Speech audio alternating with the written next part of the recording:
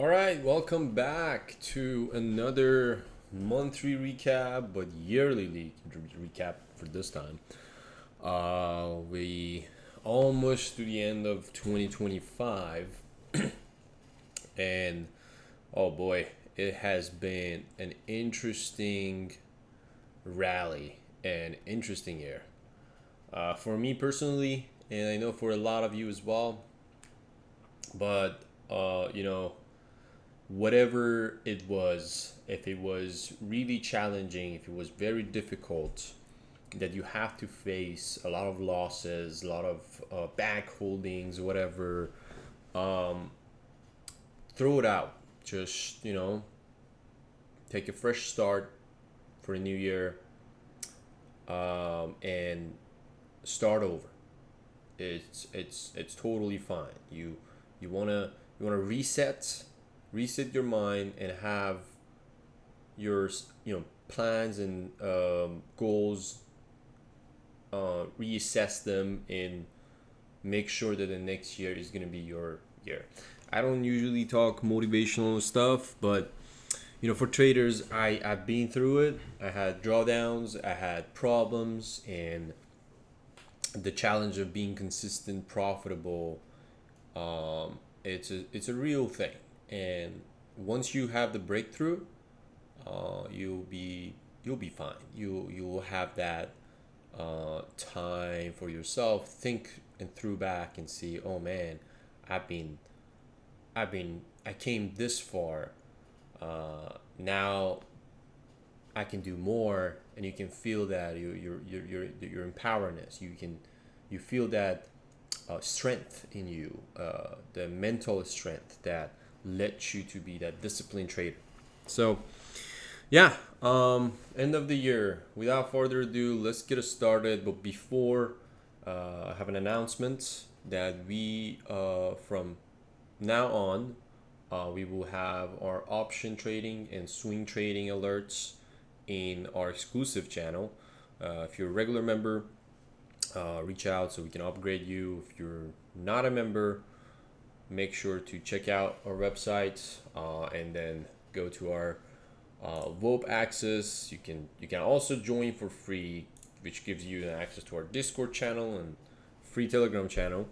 But if you want to upgrade to the VIP and have access to our course, beginner course, and my commentaries, as well as live trading and option and swing trading alerts, make sure to check out our website and all that. So, without further ado, let's just jump into our monthly recap and what to look forward ahead. But before I do, I have a disclaimer. This is not a financial advice. Not a financial advisor. So all that stuff, throw it out.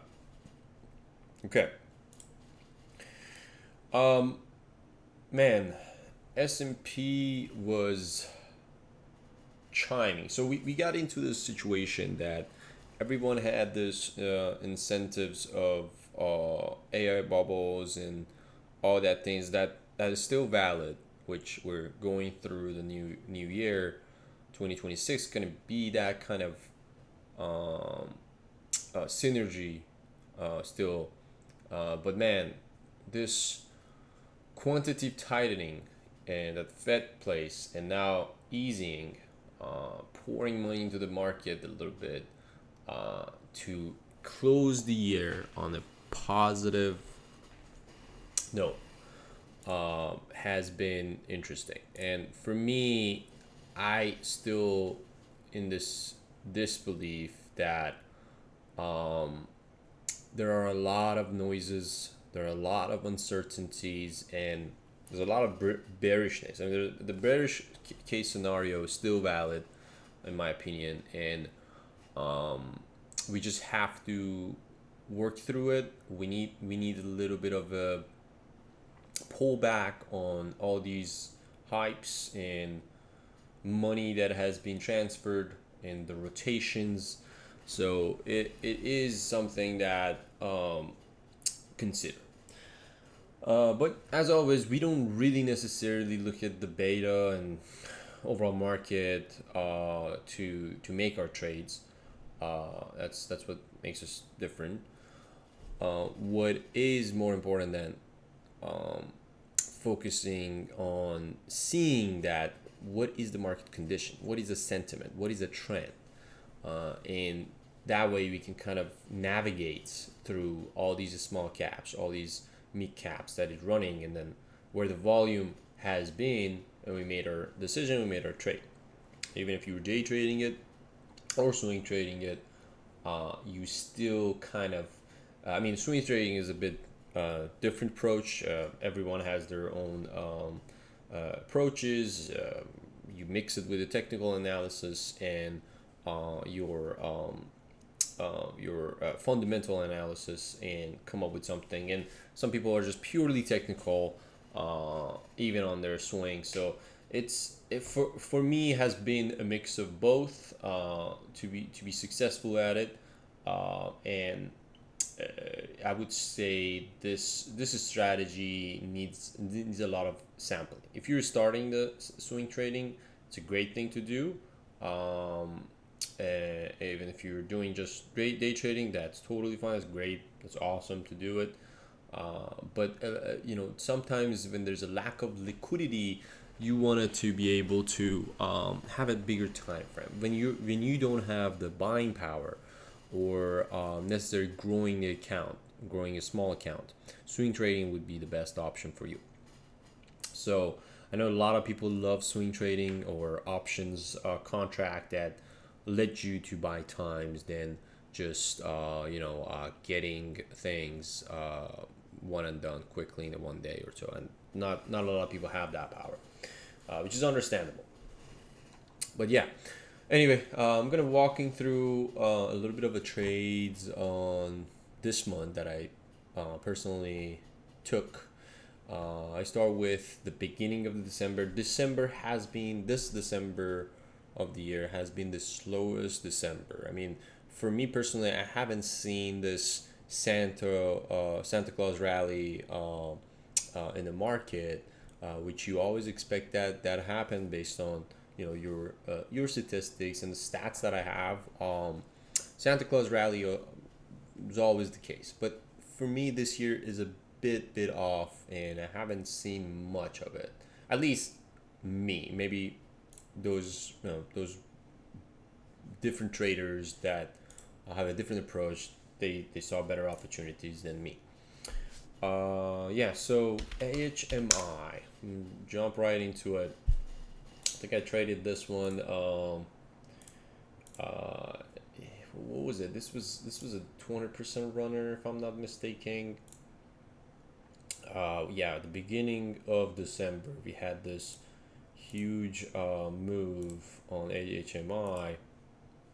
Yeah, it's almost a 200% runner.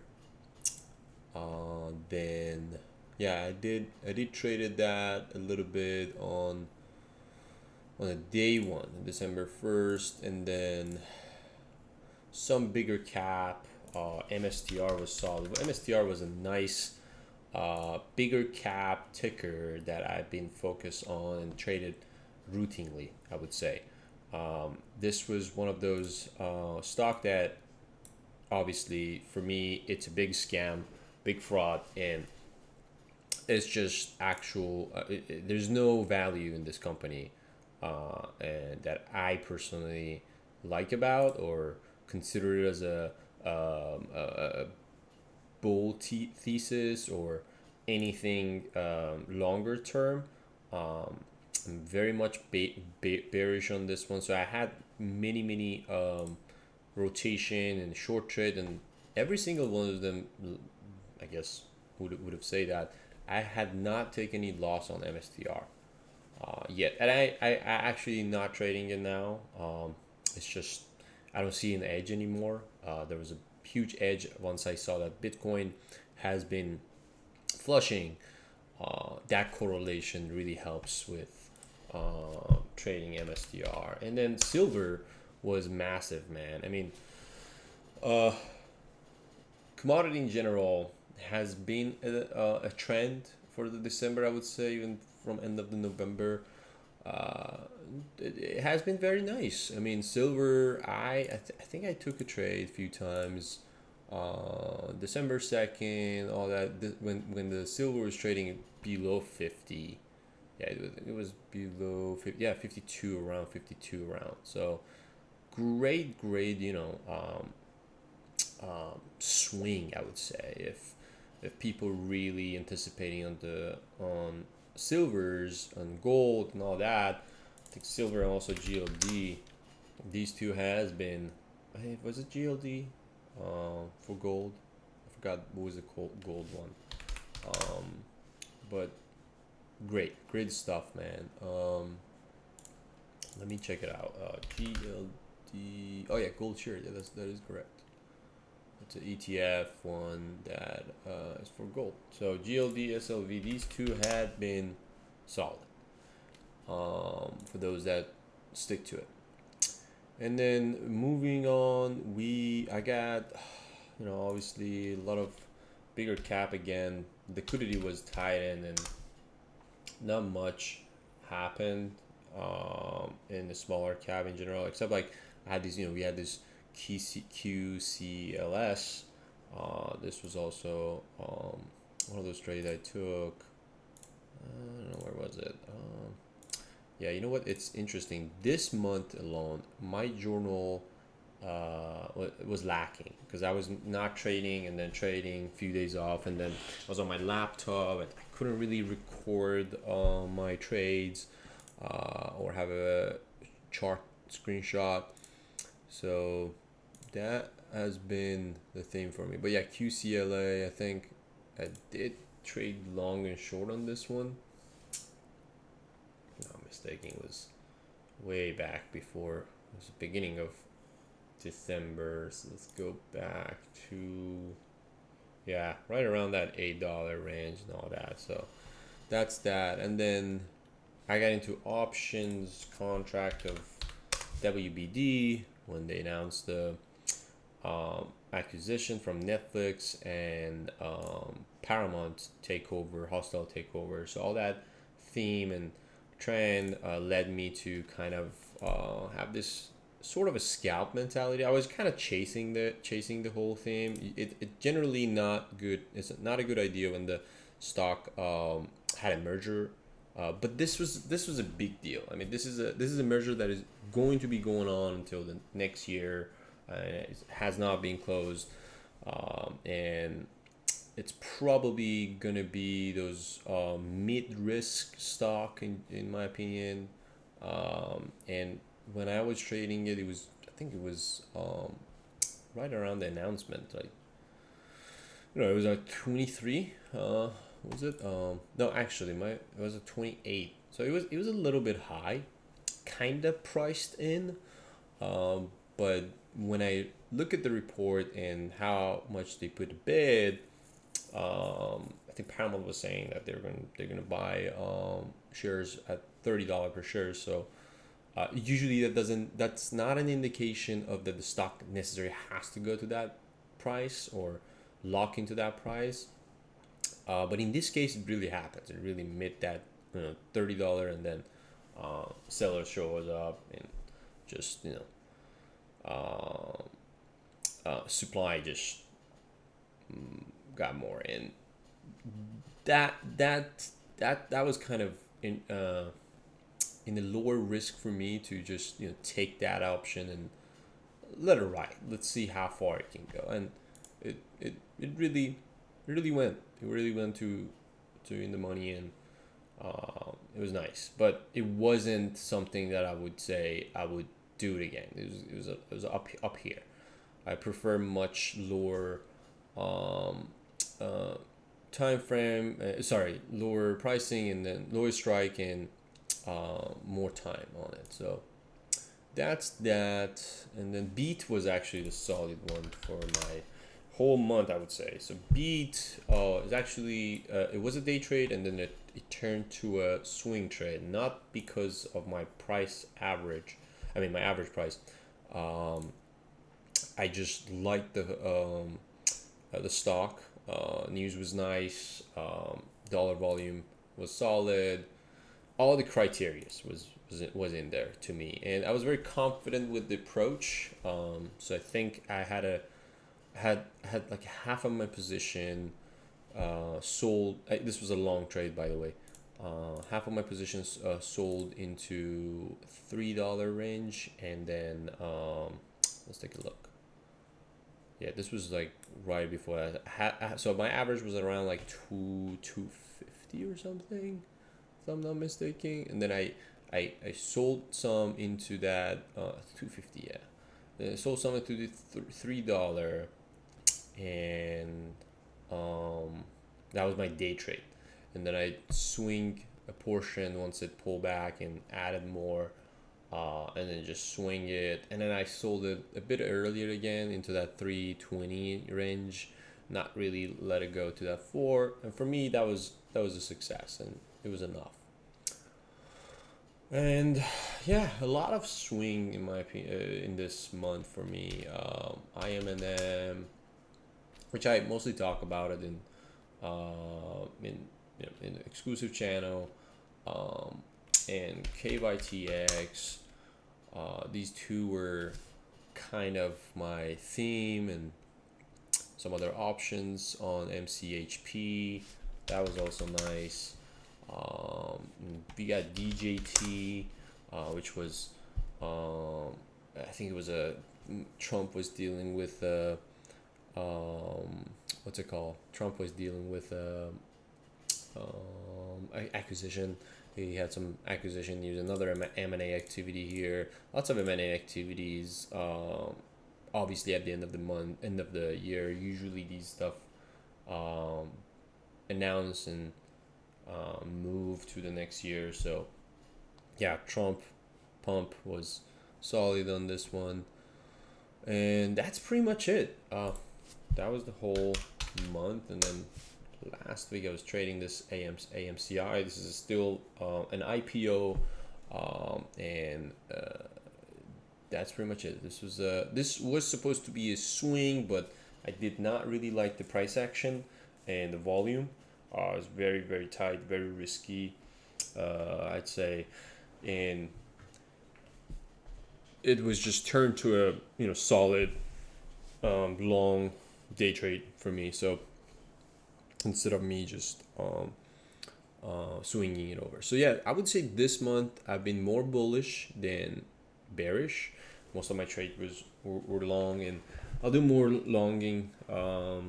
And yeah, I didn't have that short setup. I mean, there was a lot of setups, but personally, I did not want to trade a lot of shorts. I wanted to kind of step back, try a different approach, and building a new system for long. And obviously, still some long ideas valid, but I'm trying to be more conservative when it comes down to holding it for a longer term. So yeah, but anyway, I think that would be it. I wanted to keep this short as well. It's a yearly recap kind of thing, and also the end of the month.